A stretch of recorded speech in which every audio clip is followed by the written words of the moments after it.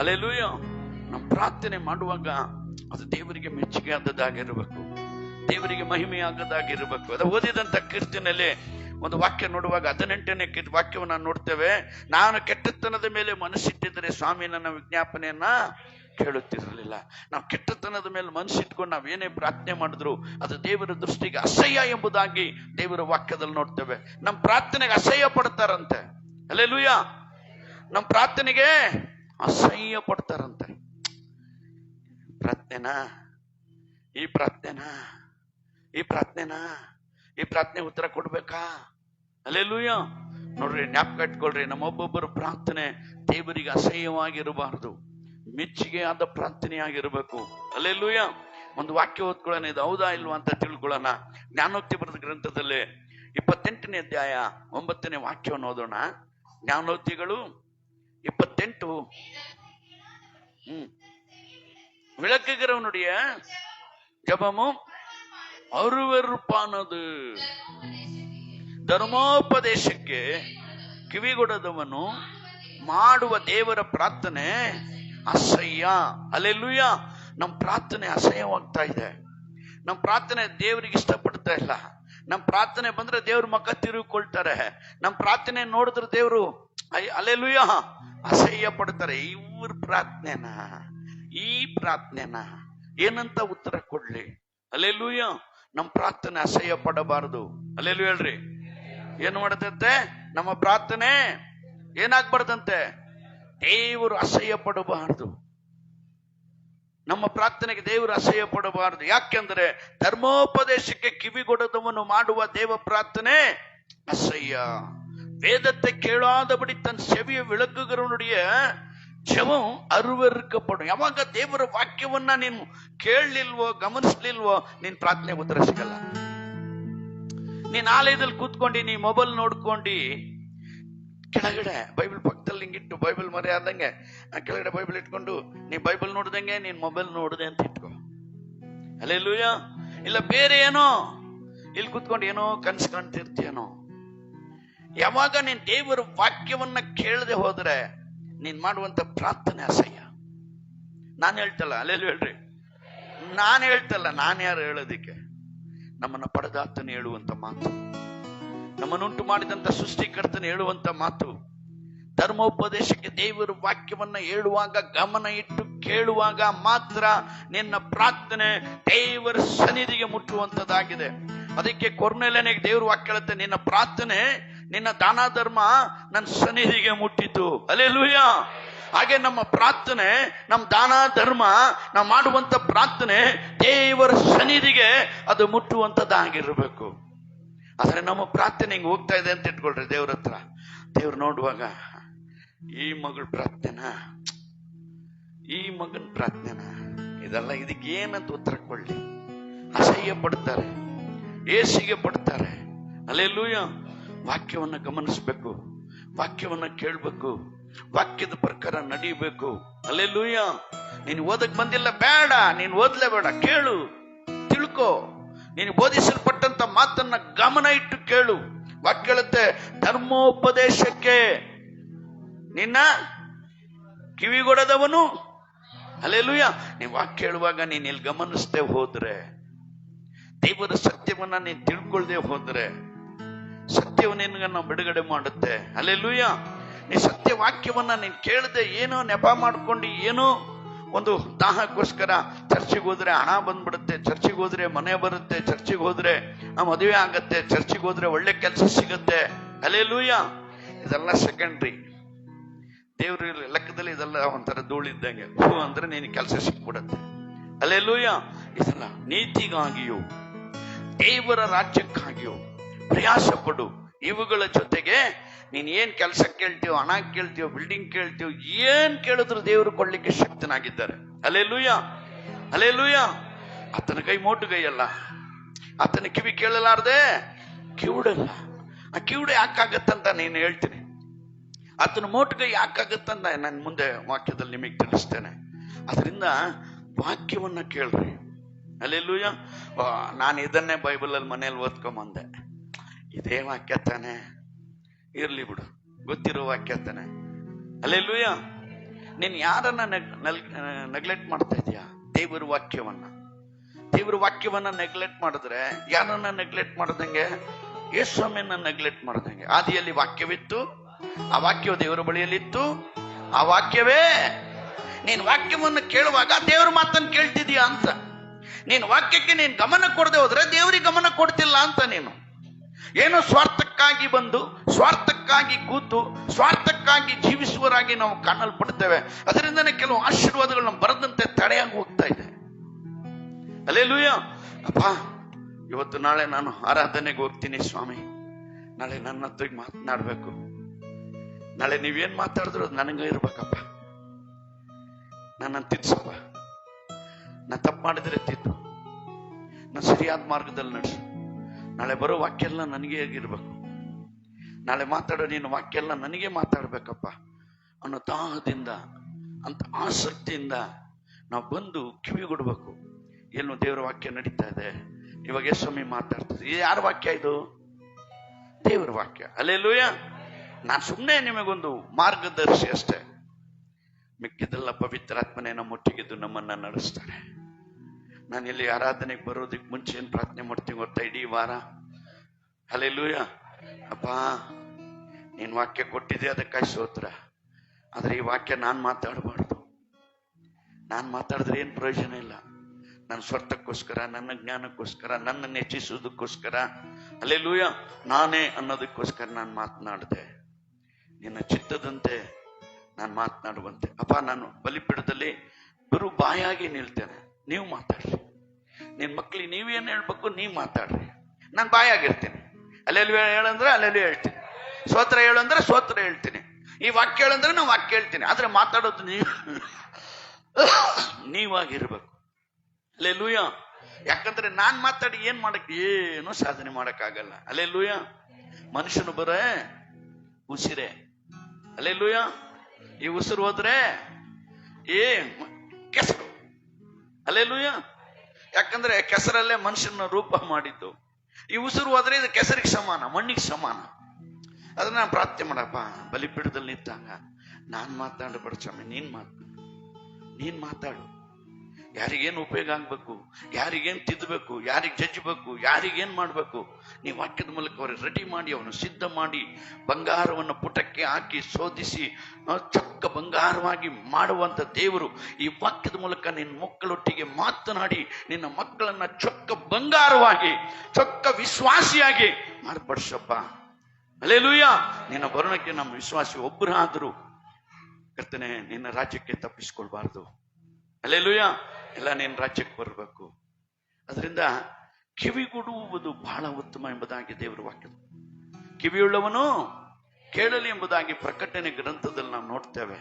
ಕಿವಿಯುಳ್ಳವನು ಕೇಳಬೇಕು. ನೀ ಗಮನ ಹರಿಸ್ತೆ. ಹಲ್ಲೆಲೂಯಾ. ನೀನ್ ಕೂತಿದ್ರೆ ನೀನು ಬರೋ ಆಶೀರ್ವಾದ ತಡೆ ಆದ್ರೆ ಅದಕ್ಕೆ ಯಾರ ಕಾರಣ? ನೀವೇ ಕಾರಣ. ಏನೋ ಗೊತ್ತಿಲ್ಲ ಪಾಸ್ಟ್ರೆ, ಭಯಂಕರ ಹಿಂಸೆನೆ, ಭಯಂಕರ ಹೋರಾಟನೆ. ಆಲೆಕ್ ಬಂದು ಎಲ್ಲಾರು ಚರ್ಚೆಗೆ ಹೋದ್ರೆ ನಾನು ಹಂಗಾದೆ, ನನಗೆ ಹಿಂಗಾಯ್ತು ಅಂತಾರೆ. ನನಗೇನೂ ಆಗ್ತಾ ಇಲ್ಲಪ್ಪ, ನಾನು ಹೆಂಗಿದ್ದೀನೋ ಹಂಗಿದ್ದೀನಿ. ನಾವು ಯಾವ ಪರಿಸ್ಥಿತಿಯಲ್ಲಿ ಇದ್ದೀನೋ ಅದೇ ಪರಿಸ್ಥಿತಿಯಲ್ಲಿ ಇದ್ದೀನಿ. ನಾವು ಯಾವ ವೇದನೆಯಲ್ಲಿ ಇದ್ದೀನೋ ಅದೇ ವೇದನೆಯಲ್ಲಿ ಇದ್ದೀನಿ. ನನಗೆ ಒಂಚೂರು ಬದಲಾವಣೆ ಇಲ್ಲ. ಹಲ್ಲೆಲೂಯಾ. ಯಾಕಿಲ್ಲ? ನೀನ್ ಬಂದಿರೋದು ನಿನ್ ಸಮಸ್ಯೆಗೋಸ್ಕರ ಬರೋ ಸಮಸ್ಯೆನೇ ನೆನ್ಸ್ಕೊಂಡು ಇಲ್ಲಿ ಕೂತಿದ್ರೆ ದೇವ್ರ ವಾಕ್ಯ ಕೇಳೋದು ಯಾರು? ಹಲ್ಲೆಲೂಯಾ. ನೀನ್ ಯಾವಾಗ ದೇವರ ವಾಕ್ಯವನ್ನ ಕೇಳ್ತೆ ಅದಕ್ಕೊಂದು ಪರಿಹಾರವನ್ನ ದೇವ್ರು ಇಟ್ಟಿರ್ತಾರೆ. ನೀ ದೇವ್ರ ಮಾತನ್ನೇ ಕೇಳ್ದೆ ನೀನು ನಿನ್ನ ಗುಂಗಲ್ಲೇ ನೀನ್ ಕೂತ್ಕೊಂಡು ಕನ್ಸ್ ಕಾಣ್ತಾ ನೆನ್ಸ್ಕೊಂತ ಏನಾದ್ರು ಒಂದು ಮಾಡಪ್ಪ, ಏನಾದ್ರು ಅವ್ರಿಗೆ ಗೊತ್ತಿಲ್ವಾ ಮಾಡೋದಿಕ್ಕೆ? ತಾಯಿ ಮರ್ತಾಳು. ನಾವು ಅವ್ರು ಬಂದಿರೋದನ್ನೇ ಅವ್ರ ಮಧ್ಯದಲ್ಲಿ ಅವ್ರು ನಮ್ಮ ನೆನ್ಸ್ಕೊಳ್ಳುವ ದೇವರು. ಹಲ್ಲೆಲೂಯಾ. ಆತ ನಮ್ಮ ನೆನ್ಸುವ ತಾಯಿ ಮರ್ತಾಳು. ನಾನಿನ್ನ ಮರೆಯದೇ ಇರೋ ದೇವ್ರು. ನೋಡ್ರಿ, ಬರೋ ಒಂದೇ ಒಂದು ಇವಾಗ ನಮ್ಮ ಪಾಸ್ಟರ್ ಕೂಗಾಟಕ್ಕೆ ಸರ್ಕಾರನೇ ಬದಲಾಗ್ಬಿಡ್ತು. ಹಲ್ಲೆಲೂಯಾ. ಹಂಗ ನಿಮ್ ಪ್ರಾರ್ಥನೆಗೆ ಏನ್ ಬದಲಾಗಲ್ಲ, ಭಾರತ ದೇಶನೇ ಬದಲಾಗ್ಬಿಡತ್ತೆ. ಹಲ್ಲೆಲೂಯಾ. ಒಂದು ರಾತ್ರಿಯಲ್ಲಿ ನಮ್ಮ ಭಾರತ ದೇಶ ತಲೆಕೆಳಗೆ ಕಾಲ್ ಮೇಲಾಗಿ ದೇವ್ರು ಮಾಡಿದಾರೆ. ಹಲ್ಲೆಲೂಯಾ ಹೇಳ್ರಿ. ಪ್ರಾರ್ಥನೆ ಬೇಕು ಅಷ್ಟೇ. ಆ ಪ್ರಾರ್ಥನೆ ಕೇಳಲ್ಪಡ್ಬೇಕಾದ್ರೆ ನಮ್ಮ ಪ್ರಾರ್ಥನೆ ದೇವ್ರ ಮುಂದೆ ಅಸಹ್ಯವಾಗಿ ಕಾಣಲ್ಪಡಬಾರದು. நம்ம ஜெபம் கர்த்தருடைய முன்ன அருவருப்பா இருக்கவே கூடாது. அல்லேலூயா. ನಮಗೆ ಆಗದೆ ಇರೋರು ಯಾರಾದ್ರೂ ಮುಂದೆ ಬಂದ್ರೆ ಕೆಲ್ಸಕ್ಕೆ ಹೋಗಲ್ಲ, ಹೊರಗೆ ಈ ಶನಿಯ ಬೇರೆ ಮುಂದೆ ಬಂತಲ್ಲಪ್ಪ, ಒಳ್ಳೆ ಟೈಮ್ ಹೋಗಾಗ್ಲೇ ಬಂದ್ ಅಡ್ಡ ಬರ್ತಾ ಇರತ್ತೆ. அல்லேலூயா. ನೆನೆಸ್ತೀರಾ ನೆನ್ಸಲ್ವಾ? ಯಾರ ಅಂದ ಬಂದ್ರು ಯಾರು ಬಂದಿಲ್ಲ, ನಮ್ಮ ಮುಂದೆ ದೇವ್ರು ಹೋಗ್ತಿದಾರ ನೆನ್ಸ್ಕೊಂಡು ನೀನ್ ಹೋಗಿ ನೋಡು, ಎಲ್ಲ ಸರಾಗವಾಗಿ ಬಿಡತ್ತೆ. அல்லேலூயா. ಎಲ್ಲ ಸರಾಗವಾಗಿ ದೇವ್ರು ನೋಡಿಸ್ತಾ, ಅಪ್ಪ ನೀನ್ ಮುಂದೆ ಹೋಗಪ್ಪ, ನಾನು ಹಿಂದೆ ಬರ್ತೀನಿ, ನನ್ನ ಜೊತೆಗೆ ಬರಪ್ಪ, ನನ್ನನ್ನ ನಿನ್ ಕೈಯಲ್ಲೇ ಹಿಡ್ಕೊಂಡು ನಡ್ಸಪ್ಪ, ನನಗೆ ಅಪ್ಪ ನಾನು ಸ್ವಲ್ಪ ಆದ್ರೂ ನಿನ್ನನ್ನು ಬಿಟ್ಟಾಗಲ್ಬಾರ್ದಪ್ಪ, ನನ್ನ ಯೋಚನೆಯಲ್ಲೂ ನನ್ನ ಆಲೋಚನೆಯಲ್ಲೂ ನಾನು ಸ್ವಲ್ಪನೂ ನಿನ್ನನ್ನು ಬಿಟ್ಟಾಗಲ್ಬಾರ್ದು. அல்லேலூயா. ಅನ್ನೋ ಪ್ರಾರ್ಥನೆ ಮೂಲಕ அல்லேலೂயா ನಾವು ದೇವರ ಸನ್ನಿಧಿಯಲ್ಲಿ, ಅದೇ ಜ್ಞಾನೋಕ್ತಿಯಲ್ಲೂ ಇನ್ನೊಂದು ವಾಕ್ಯ ಓದೋಣ. 15ನೇ ಅಧ್ಯಾಯ 8ನೇ ವಾಕ್ಯ, 15, 8, 15, 18. ದುಷ್ಟರ ಯಜ್ಞ ಯೆಹೋವನಿಗೆ ಅಸಹ್ಯ, ಶಿಷ್ಟರ ಭಿನ್ನಃ ಆತನ ஒப்பித்த. துர்மார்கருடைய வழி கற்பருக்கு அருவருப்பானது, செம்மையானவருடைய ஜெபமும் அவருக்கு பிரியம். அல்லேಲೂಯಾ. ಇಲ್ಲಿ ನೋಡ್ತೇವೆ, ದುಷ್ಟರ ಯಜ್ಞವು ಯೆಹೋವನಿಗೆ, ನೀನ್ ಸುಮ್ಮನೆ ನೀನ್ ದುಷ್ಟನಾಗ್ಬಿಟ್ಟು ನೀನ್ ಪಾಪದಲ್ಲಿ ಇತ್ಕೊಂಡು ಸ್ತೋತ್ರ ಯಜ್ಞಗಳನ್ನ ದೇವರಿಗೆ ಸಮರ್ಪಿಸುವಾಗ, அல்லேலூಯಾ, ಒಂದು ಸಲ ನೀ ಸ್ತೋತ್ರ ಹೇಳಿದ ಒಂದು ಕುರಿಯನ್ನ ದೇವರಿಗೆ ಬಲಿ ಕೊಟ್ಟ ಹಾಗೆ, ಬಲಿ ಸಮರ್ಪಿಸಿದ ಹಾಗೆ. ಆದ್ರಿಂದ ದುಷ್ಟರ ಯಜ್ಞ ಅಂದ್ರೆ ನೀನು ಒಂದು ಸ್ತೋತ್ರದ ಬಲಿ ಸಲ್ಲಿಸುವಾಗ, ಒಂದು ಸ್ತೋತ್ರ ಯಜ್ಞವನ್ನ ದೇವರಿಗೆ ಸಮರ್ಪಿಸುವಾಗ, அல்லேலூಯಾ, ಯೆಹೋವನಿಗೆ ಏನಂತದು? ಎಲ್ಲರೂ ಓದನ್ವಾ? ಎಲ್ಲರೂ ಓದ್ರಿ. ದುಷ್ಟರ ಯಜ್ಞವು ಅಸಹ್ಯ, ಆತನಿಗೆ ಒಪ್ಪಿತ. அல்லேலூಯಾ. ನಮ್ಮ ಪ್ರಾರ್ಥನೆಯನ್ನ ದೇವರು ಒಪ್ಪಬೇಕು. ನಮ್ಮ ಪ್ರಾರ್ಥನೆಯನ್ನ ದೇವರು ಒಪ್ಪಿ ನಮಗೆ ಆಶೀರ್ವಾದ ಮಾಡಬೇಕು. அல்லேலூಯಾ. ನಮ್ಮ ಪ್ರಾರ್ಥನೆಗೆ ಅಸಹ್ಯವಾಗದಂತೆ ನಾವು ದುಷ್ಟರಾಗ್ಕೊಂಡು ಇನ್ನೂ ದುಷ್ಟತ್ವದಲ್ಲೇ ಇರಬಾರ್ದು. ಒಬ್ಬನು ಕ್ರಿಸ್ತನಲ್ಲಿದ್ದರೆ ನೂತನ ಸೃಷ್ಟಿಯಾದನು, ಹಳೆಯದೆಲ್ಲ ಹೋಯ್ತು, ಎಲ್ಲ ಸಾಯ್ಬೇಕು. ಕೋಪ, ಕ್ರೋಧ, ಮದ, ಮತ್ಸರ, ವೈರಾಗ್ಯ ಎಲ್ಲವನ್ನ அல்லேலூಯಾ ಬದಿಗೊತ್ಬಿಟ್ಟು, ಯೇಸುವೇ ನೀನೊಬ್ಬರೇ ಸಾಕಪ್ಪ, ಈ ಲೋಕ ಮಾಯೆ அல்லேலூಯಾ. ಮಾಯಾಲೋಕದಲ್ಲಿ ಜೀವಿಸ್ತಾ ಇದ್ದೇವೆ, ಮಾಯಾಲೋಕದಲ್ಲಿ ಬದುಕ್ತಾ ಇದ್ದೇವೆ. ಯಾವಾಗ ಏನ್ ನಡೆಯುತ್ತೋ ಗೊತ್ತಿಲ್ಲ, ಯಾವಾಗ ಏನಾಗುತ್ತೋ ಗೊತ್ತಿಲ್ಲ. ಒಂದೇ ರಾತ್ರಿ ಕೋಟ್ಯಾಧಿಪತಿ ಭಿಕ್ಷುಕನಾಗ್ಬಿಡ್ತಾನೆ. அல்லேலூಯಾ. ಒಂದೇ ರಾತ್ರಿ ಭಿಕ್ಷುಕನು ಕೋಟ್ಯಾಧಿಪತಿ ಆಗ್ಬಿಡ್ತಾರೆ. ದೇವರ ಚಿತ್ತ ಏನ್ ಬೇಕಾದ್ರೂ ಮಾಡ್ಲಿಕ್ಕೆ ಶಕ್ತನು. ಅದರಿಂದ ನಮ್ಮ ಪ್ರಾರ್ಥನೆ ಅಸಹ್ಯ ಪಡಬಾರದು. அல்லேலூಯಾ. ನಮ್ಮ ಪ್ರಾರ್ಥನೆ ಅಸಹ್ಯ ಉಂಟಾಗಬಾರದು. ದೇವ್ರು ನಮ್ಮ ಪ್ರಾರ್ಥನೆ, ಬಾ ನನ್ನ ಮಗಳು ಪ್ರಾರ್ಥನೆ ಮಾಡ್ತಿದ್ದಾಳೆ, ಏಯ್ ಎಲ್ಲ ಸೈಲೆಂಟ್ ಆಗಿರಿ. ಏನ್ ಪ್ರಾರ್ಥನೆ ಮಾಡ್ತಿದ್ದೆ ನನ್ನ ಮಗಳು? ಯಾವ ವಿಷಯಕ್ಕೋಸ್ಕರ ನನ್ನ ಮಗಳು ಪ್ರಾರ್ಥನೆ ಮಾಡ್ತಿದ್ದೆ? ನನ್ನ ಮಗ ಪ್ರಾರ್ಥನೆ ಮಾಡ್ತಿದ್ದಾನೆ, ಯಾವ ವಿಷಯಕ್ಕಾಗಿ? ಕಿವಿಗೊಟ್ಟು ಕೇಳುವಂತ ದೇವರಾಗಿದ್ದಾರೆ. அல்லேலூಯಾ. ಪ್ರಾರ್ಥನೆಯನ್ನ ಕೇಳುವಂತ ದೇವಾದಿ ದೇವನಾಗಿದ್ದಾರೆ. ಬೇಡಿಕೊಳ್ಳ್ರಿ ಕೊಡಲ್ಪಡುತ್ತದಂತ ವಾಗ್ದಾನ ಮಾಡಿದ ಆತನು. ನಾವು ಬೇಡಿದ್ದನ್ನ ಕೊಡುವುದಕ್ಕೆ ಆತನು ಸರ್ವಶಕ್ತನಾಗಿದ್ದಾನೆ. ನಾವು ಬೇಡುವುದಕ್ಕೆ ಕೊಡುವುದಕ್ಕೆ ಆತನು ದಾಹದಿಂದ ಕಾಯ್ತಾ ಇದ್ದಾರೆ. அல்லேலூಯಾ. ಆದರೆ ಅಂತಹ ದೇವಾದಿ ದೇವನ ಮುಂದೆ ನಾವೆಲ್ಲರೂ ಎಂಥವರಾಗಿದ್ದೇವೆ? ಅಪರಾಧಿಗಳಾಗ್ತಾ ಇದ್ದೇವೆ, ಅಸಹ್ಯ ಪಡುವರಾಗಿ. ನಮ್ಮ ಪ್ರಾರ್ಥನೆ ಅಸಹ್ಯ ಪಡ್ತಾ ಇದೆ. அல்லேலூಯಾ. ಯಾಕಂದ್ರೆ ನಮ್ಮ ಯಜ್ಞ ದೇವರಿಗೆ ಅಸಹ್ಯವಾಗ್ತಾ ಇದೆ, ನಮ್ಮ ಯಜ್ಞ ಅಸಹ್ಯವಾಗ್ತಾ ಇದೆ. ಅದಕ್ಕೆ 59 ಕೀರ್ತನೆ, ಯೆಶಾಯನ ಬರೆದ ಗ್ರಂಥ 59ನೇ ಅಧ್ಯಾಯ 1 ಮತ್ತು 2ನೇ ವಾಕ್ಯವನ್ನ, குறுகி போகவும் இல்லை, கேட்க கூடாதபடிக்கு செவி மந்தமாவும் இல்லை,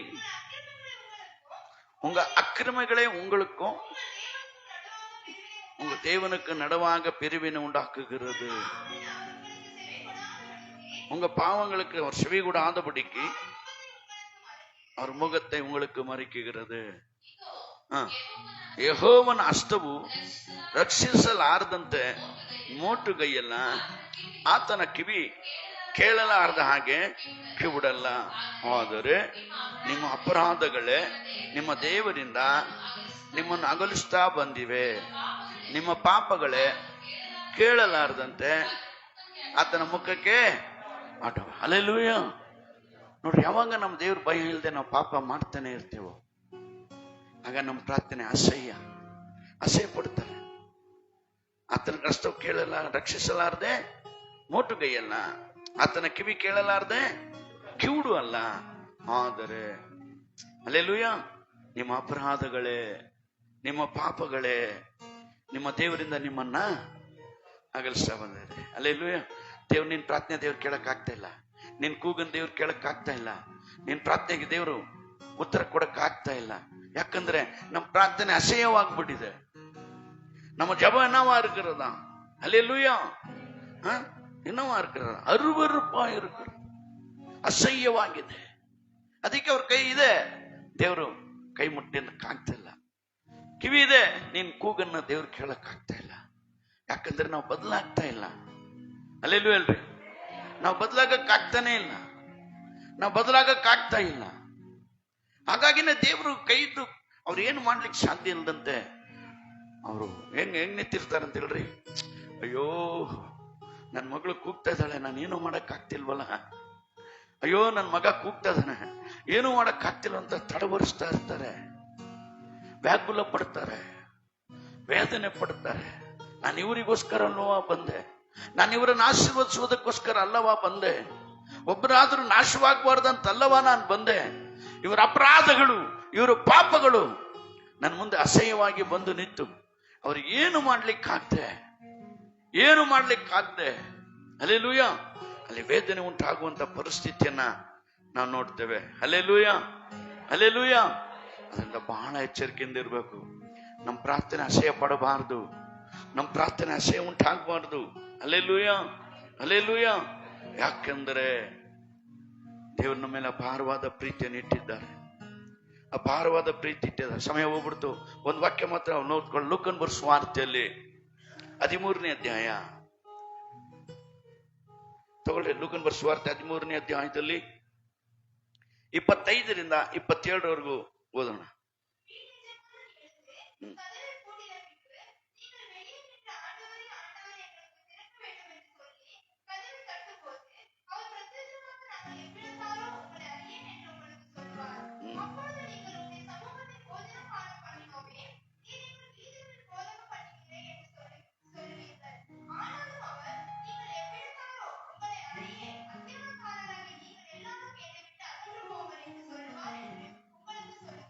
ಆಮೇಲೆ ಎದ್ದು ಕದ ಹಾಕಿಕೊಂಡ ಮೇಲೆ ನೀವು ಹೊರಗೆ ನಿಂತುಕೊಂಡು ಕದ ತಟ್ಟಿ, ಸ್ವಾಮಿ ನಮಗೆ ತೆರೀರಿ ಅಂತ ಹೇಳಿದಾಗ, ನೀವು ಎಲ್ಲಿಯವರೋ, ನಿಮ್ಮ ಗುರುತು ನನಗಿಲ್ಲ ಅಂದಾನು. ಅದಕ್ಕೆ ನೀವು ನಿನ್ನೆ ಸನ್ನಿಧಿಯಲ್ಲಿ ಊಟ ಮಾಡಿದೆವು, ಕುಡಿದೆವು, ನಮ್ಮ ಬೀದಿಗಳಲ್ಲಿ ಉಪದೇಶ ಮಾಡಿದಿ ತೊಡಗಿರಿ. ಆದರೆ ನೀವು ಎಲ್ಲಿಯವರೋ, ನಿಮ್ಮ ಗುರುತು ನನಗಿಲ್ಲ. ಅಧರ್ಮ ಮಾಡುವ ನೀವೆಲ್ಲರೂ ನನ್ನ ಕಡೆಯಿಂದ ಹೊರಟಿ ಹೋಗಿರಿ ಎಂದು ಹೇಳುವೆನು. ಹಲ್ಲೆಲೂಯಾ. ಇಲ್ಲಿ ನೋಡ್ರಿ, ಯಜಮಾನ ಬಾಗಿಲು ಹಾಕಿದ್ಮೇಲೆ ಬಿಚ್ಚಕ್ಕಾಗದೇ ಇಲ್ಲ. ಹಲ್ಲೆಲೂಯಾ. ಯಾವಾಗ ನಾವು ಬೇಡ ಅಂತ ದೇವ್ರು ಬಾಗಿಲು ಹಾಕಿದ್ಮೇಲೆ ನಾವು ಎಷ್ಟು ಬಾಗಿಲು ತಕ್ಕಿದ್ರು ದೇವ್ರು ಬಿಚ್ಚೋದಿಲ್ಲ. ಅದಕ್ಕೆ ಕೆಳಗಡೆ ವಾಕ್ಯ ಕೇಳುತ್ತೆ ಏನಂತೇಳಿ, ಅಪ್ಪ ಹೇಳುವುದಕ್ಕೆ ತೊಡಗುವಾಗ ಅವನು ನೀವು ಎಲ್ಲಿಯವರು, ನಿಮ್ಮ ಗುರುತು ನನಗಿಲ್ಲ ಅಂದ. 2ನೇದಾಗಿ 26ನೇ ವಾಕ್ಯದಲ್ಲಿ ನಾನು ಓದ್ತೇನೆ, ನೀವು ನೋಡ್ರಿ. ಅದಕ್ಕೆ ನೀವು ನಿನ್ನ ಸನ್ನಿಧಿಯಲ್ಲಿ ನಾವು ಊಟ ಮಾಡಿದ್ವಿ, ಅಂದ್ರೆ ರಾತ್ರಿ ಭೋಜನ ಮಾಡಿದ್ವಲ್ಲಪ್ಪ, ರಾತ್ರಿ ಭೋಜನ ತಗೊಂಡಿಲ್ವಾ, ನಿನ್ನ ರೊಟ್ಟಿ ಅಂತ ತಿಂದಿದ್ದೀರಿ, ನಾವು ಊಟ ಮಾಡಿದ್ದೀವಿ.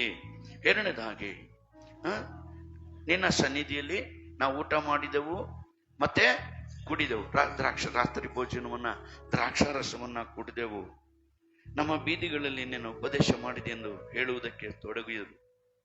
ಆದರೆ ಅವನು, ನೀವು ಎಲ್ಲಿಯವರು, ನಿಮ್ಮ ಗುರುತು ನನಗಿಲ್ಲ, ಅಧರ್ಮ ಮಾಡುವ ನೀವೆಲ್ಲರೂ ನನ್ನ ಕಡೆಯಿಂದ ಹೊರಟು. ಅಧರ್ಮ ಮಾಡುವವರು. ಹಲ್ಲೆಲೂಯಾ. ನಾವು ದೇವ್ರ ಮಕ್ಕಳಾಗಿದ್ದು ಅಧರ್ಮಿಗಳಾಗಿ ಜೀವಿಸ್ತಾ ಇದ್ರೆ ಒಂದ್ ದಿನ ಬರುತ್ತೆ, ಹಲ್ಲೆಲೂಯಾ, ಆ ಪರಲೋಕದ ಬಾಗಿಲು ಮುಚ್ಚಲ್ಪಡುತ್ತೆ. இந்த பரலோகத்தின் வாசல் அடைக்கப்பட போகிறது. கதவை தட்டும். ஆண்டவரே, நான்ப்பா ರಕ್ಷಿಸಲ್ಪಟ್ಟು எவ்வளவு ಸಾಕ್ಷಿಯೆಲ್ಲ சொல்லிக்கிறேன், ಎಷ್ಟೆಲ್ಲ ಸಾಕ್ಷಿ ಹೇಳಿದ್ದೇನೆ. ನೀನ್ ನನ್ಗೆ ಎಷ್ಟೆಲ್ಲ ಅದ್ಭುತ ಮಾಡಿದ್ಯಾ. ಪವಿತ್ರ ರಾತ್ರಿ ಭೋಜನದಲ್ಲಿ ನಾನು ಭಾಗಿಯೆಲ್ಲ ಆಗಿದ್ದೇನೆ. ನಿನ್ನ ರಕ್ತದಿಂದ ತೊಳೆಯಲ್ಪಟ್ಟು ಪವಿತ್ರಾತ್ಮನ ಅಭಿಷೇಕದಿಂದ ತುಂಬಿಸಲ್ಪಟ್ಟು ನಿನ್ನ ಸಭೆಗೆ ನಾನು ಆಧಾರ ಸ್ತಂಭವಾಗಿದ್ದೆ. ನಿನ್ನ ಸಭೆಯಲ್ಲಿ ಇದ್ದೆ ನಾನು. ನಿನಗಾಗಿ ನಾನು ಜೀವಿಸಿದೆ ಅಂತ ಹೇಳಿದ್ರೆ ಹಲ್ಲೆಲೂಯ. ಅಲ್ಲಿ ಅದೆಲ್ಲ ದೇವರಿಗೆ ಕಾಣೋದಿಲ್ಲ. ನಿನ್ನ ಅಕ್ರಮ ಬಂದು ದೇವ್ರ ಮುಂದೆ ನಿಂತ್ಕೊಂಡ್ಬಿಡುತ್ತೆ. ಹಲ್ಲೆಲೂಯ. ನಿನ್ನ ಅಧರ್ಮವನ್ನು ಮಾಡುವ ನೀವೆಲ್ಲರೂ ನನ್ನ ಕಡೆಯಿಂದ ಹೊರಟು ಹೋಗ್ರಿ. ಹಲ್ಲೆಲೂಯ.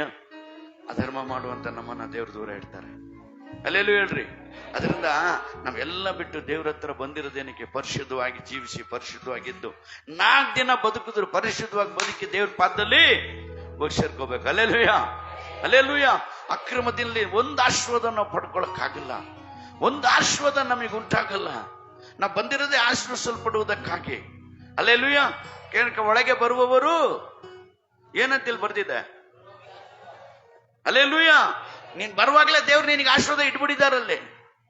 ಆದ್ರೆ ನಿನ್ನ ಜೀವಿತದಲ್ಲಿ ಬದಲಾವಣೆ ಬರಬೇಕು. ನಿನ್ನ ಜೀವಿತದಲ್ಲಿ ಬದಲಾವಣೆ ಬರಬೇಕು. ಹಳೇದೆಲ್ಲ ನಿನ್ನನ್ನು ಬಿಟ್ಟು ಹೋಗ್ಬೇಕು. ಹಳೇದು ಸಾಯ್ಬೇಕು. ಹಳೆ ಮನುಷ್ಯ ಸಾಯ್ಬೇಕು. ಹಳೆ ಪಾಸ್ಟರ್ ಕುಮಾರ್ ಸಾಯ್ಬೇಕು.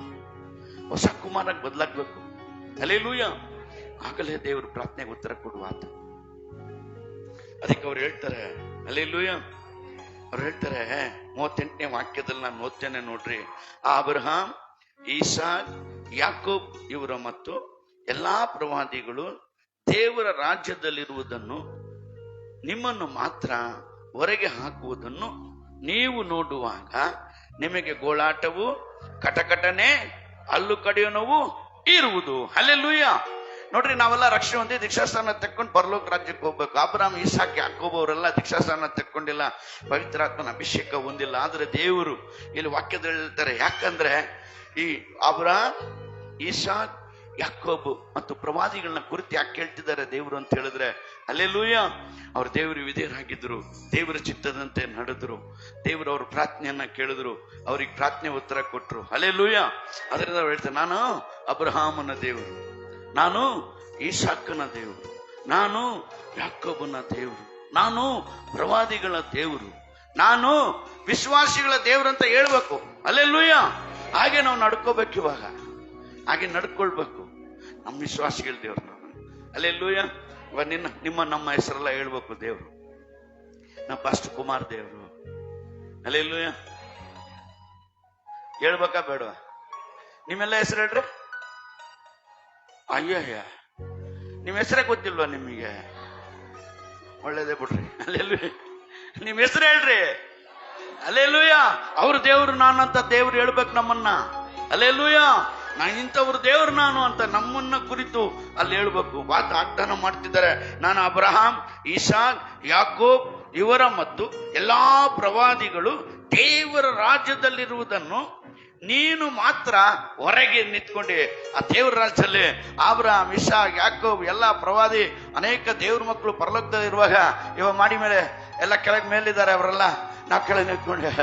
ಅಯ್ಯೋ ಅಯ್ಯೋ, ಆಸೆ ಪಟ್ಬಿಟ್ನಲ್ಲಪ್ಪ, ಈ ಪಾಪಕ್ಕೆ ಆಸೆ ಪಟ್ಬಿಟ್ನಲ್ಲ, ಈ ಅಕ್ರಮಕ್ಕೆ ಆಸೆ ಪಟ್ಬಿಟ್ನಲ್ಲ, ಈ ಅನ್ಯಾಯಕ್ಕೆ ಆಸೆ ಪಟ್ಬಿಟ್ನಲ್ಲ, ಈ ಅಶುದ್ಧಕ್ಕೆ ಆಸೆ ಪಟ್ಬಿಟ್ನಲ್ಲ. ಎಲ್ಲರೂ ಪರಲೋಕದಲ್ಲಿದ್ದಾರೆ, ನಾನು ಮಾತ್ರ ಎಲ್ಲಿದ್ದೀನಲ್ಲಪ್ಪ. ಹಲ್ಲೆಲೂಯ. ಅವಾಗ ಹೆಂಗಿರುತ್ತೆ ನಮಗೆ? ಡಬಲ್ ನರಕ ಹಾಕ್ಬಿಟ್ಟಿರುತ್ತೆ. ಬೆಂಕಿಯಲ್ಲಿ ಹಾಕದೇ ಬೇಡ, ಅಲ್ಲೇ ನರಳಿ ಸತ್ತೋಗ್ಬಿಡ್ತೀವಿ. ಸಾವಿಲ್ಲ, ಅಲ್ಲಿ ಸಾವು ಬರಲ್ಲ. ಹಲ್ಲೆಲೂಯ. ಒಂದ್ಸಲ ಮನುಷ್ಯ ಸತ್ತ ಮೇಲೆ ನಮಗೆ ಸಾವಿಲ್ಲ. ಎರಡನೇ ಸಾವು ಬೆಂಕಿ ಗಂಧಕ ಉರಿಯೋಕೆ. ಹಲ್ಲೆಲೂಯ. ಎರಡನೇ ಮರಣ. ಸಮಯ ಇಲ್ಲ, ನಾನು ಮುಂದಕ್ಕೆ ಸಾವಿನ ಬಗ್ಗೆ ಹೋಗೋದು ಬೇಡ. ಹಲ್ಲೆಲೂಯ. ಅದರಿಂದ ಅಬ್ರಹಾಂ, ಈಸಾಕ್, ಯಾಕೋಬ್ ಇವರೆಲ್ಲರೂ ದೇವರ ರಾಜ್ಯಕ್ಕೆ ಹೋಗುವಾಗ, ಪ್ರವಾದಿಗಳೆಲ್ಲ ಹೋಗುವಾಗ ನೀವೆಲ್ಲ ನಿಂತ್ಕೊಂಡು ನೋಡುವಾಗ ಹೆಂಗಿರುತ್ತೆ ಹೇಳ್ರಿ? ಹೆಂಗಿರುತ್ತೆ? ಹಲ್ಲೆಲೂಯ. ನಾನಂತೂ 10 ನರಳಿ ಸತ್ತೋಗ್ಬಿಡ್ತೀನಿ ಅಲ್ಲೇ. ಅದನ್ನ ಕಳ್ಕೊಂಡು ಇನ್ನೇನ್ ಮಾಡೋದು? ಹಲ್ಲೆಲೂಯ. ಅದನ್ನ ಕಳ್ಕೊಂಡು ಏನ್ ಮಾಡತ್ ನಾವು? ಈ ಪ್ರಯಾಸ ಎಲ್ಲ ಅಲ್ಲಿಗೆ ಹೋಗೋದಿಕ್ಕೆ, ಈ ವೇದನೆ ಕಷ್ಟ ಎಲ್ಲ ಉಗಿದ್ರು ಬೈದ್ರು ಉಗಿಸ್ಕೊಂಡು ಎಲ್ಲ ಮಾಡ್ಕೊಂಡು ಏನಕ್ಕೆ ಆ ಉನ್ನತವಾದ ಸ್ಥಾನದಲ್ಲಿ ಹೋಗಿ ಅಬ್ರಹಾಮ್ ಇಸಾಕ್ ಯಾಕೋಬರೊಟ್ಟಿಗೆ ಸೇರಿ ಅಲ್ಲಿ ಇನ್ನೊಂದು ವಾಕ್ಯ ಹೇಳುತ್ತೆ, ಅವರೊಟ್ಟಿಗೆ ನಾವು ಊಟ ಮಾಡ್ತೇವೆ ಕಡೆ ದಿನಗಳಲ್ಲಿ. ಅವ್ರ ಪಂಕ್ತಿಯಲ್ಲಿ ನಾವು ಕೂತು ಊಟ ಮಾಡುವಂತ ಒಂದು ಭಾಗ್ಯವನ್ನ ದೇವರು ನಮಗೆ ಇಟ್ಟಿದ್ದಾರೆ. ಅಲ್ಲೇಲಿ ಹೇಳ್ರಿ ಅಲ್ಲೇಲೂಯ. ಅವರ ಸಾಲಲ್ಲಿ ನಮ್ಮ ಹೆಸರುಗಳು ಬಂದು ಅವ್ರ ಸಾಲಲ್ಲಿ ನಾವು ಕೂತ್ಕೊಂಡು ಅಬ್ರಹಾಮ್ ಇಸಾಕ್ ಯಾಕೋಬರ ಜೊತೆಗೆ ನಾವು ಊಟ ಮಾಡುವಂತೆ ದೇವ್ರು ಮಾಡ್ತಾರೆ. ಮತ್ತಾಯ ಸುವಾರ್ತೆ 8ನೇ ಅಧ್ಯಾಯ 11-12 ಸಮಯ ಎಲ್ಲ ಓದೋದಿಕ್ಕೆ. ಅಲ್ಲೇಲೂಯ. ಅದರಿಂದ ನಾವು ಎಚ್ಚರ ವಹಿಸೋಣ, ದೇವ್ರ ಮಹಿಮೆಗಾಗಿ ಜೀವಿಸೋಣ. ದೇವ್ರ ವಾಕ್ಯವನ್ನು ಆಶ್ರಯಿಸಲಿ. ಎಲ್ಲರೂ ಮೊಣಕಾಲು ಬಿಡ್ರಿ, ಕೇಳಿದ ವಾಕ್ಯಕ್ಕೋಸ್ಕರ ಬೇಗ ಪ್ರಾರ್ಥನೆ ಮಾಡ್ರಿ.